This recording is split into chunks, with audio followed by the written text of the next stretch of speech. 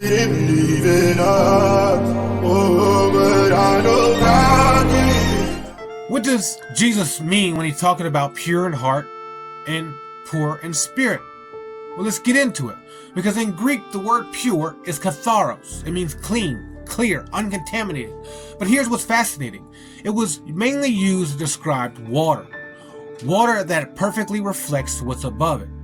See, in ancient times, they understood that a still, pure pool of water would reflect the stars perfectly.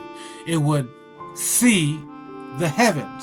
So they use this as a metaphor to explain the simple principle to have this single eye, like we have spoken earlier, to have your perception clear and uncomplicated. Right? Jesus wasn't giving us a poetic metaphor. I mean, look at what he promises. He says, they shall see God. They might see God, or not they will be rewarded by seeing God. They shall see God, which is a direct cause and effect. And I want you to do a favor. I want you to think about your mind right now. Is it like a muddy pool, stirred up with worries, judgments, or opinions? Or is it like a clear pool capable of reflecting truth? When Jesus says pure in heart, he's describing a natural state, your natural state. The state that you naturally have before you're told what to believe, what to think, and what to do. But achieving this clarity is only the first step. Because once you have this clear reflection, you discover something that might shock you. Are the poor in spirit. Now here's where it gets a little funky, because the word poor in Aramaic doesn't mean broke or anything of that nature, right? It means receptive. It's empty, but it's not lacking. It means free from obstruction. Right? Think about the religious leaders of not only Jesus' time, but in everyday life, all these churches and stuff, they're filled with preachers and pastors who are rich with spiritual knowledge, right? They've got their prayers, they've got their rules and their interpretations, right? They're anything but poor in spirit. They're spiritually wealthy with all kinds of concepts and beliefs. But let me show you how this works in practice. Right now, when you watch a sunset, what experience is more real?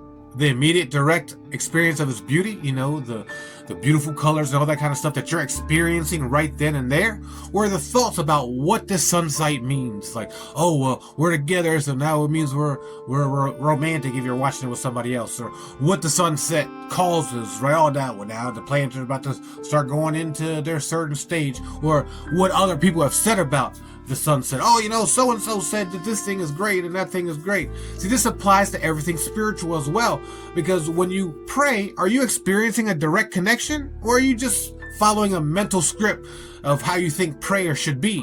When you're thinking about God and trying to connect with God, are you experiencing the presence of God? Or are you just recycling ideas that you've been? What makes it so revolutionary is that what Jesus was saying about true spiritual blessing and true understanding comes not from accumulating more spiritual knowledge, but from emptying ourselves from our preconceptions, right? So next time you pray or meditate, which is pretty much the same thing, the first thing I want you to do is become like that pure, still, clear, full of water, right? Pure, peaceful, still. And instead of filling your mind with thoughts about God, just simply be empty and receptive. Don't try to think of holy thoughts. Don't try to feel spiritual feelings. Just be empty. Because here's a secret that he was sharing, is that when your secret is pure, when your heart is pure, right? And clear like the water, and your spirit is empty, free from all its preconceptions, something extraordinary naturally happens, and it occurs, and you don't have to make this happen. You don't have to work for it. It just happens by itself. Take, for instance, when you're trying to remember a buddy's name, or you're trying to remember where the keys are at.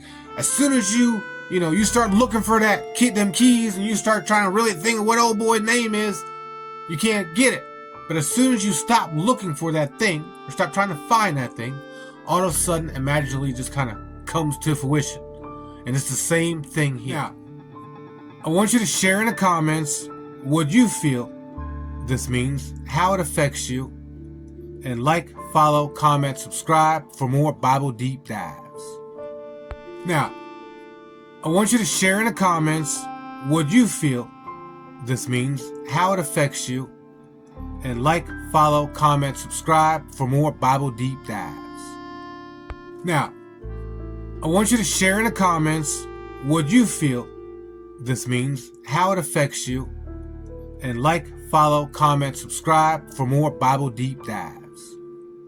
Now, I want you to share in the comments what you feel this means, how it affects you, and like, follow, comment, subscribe.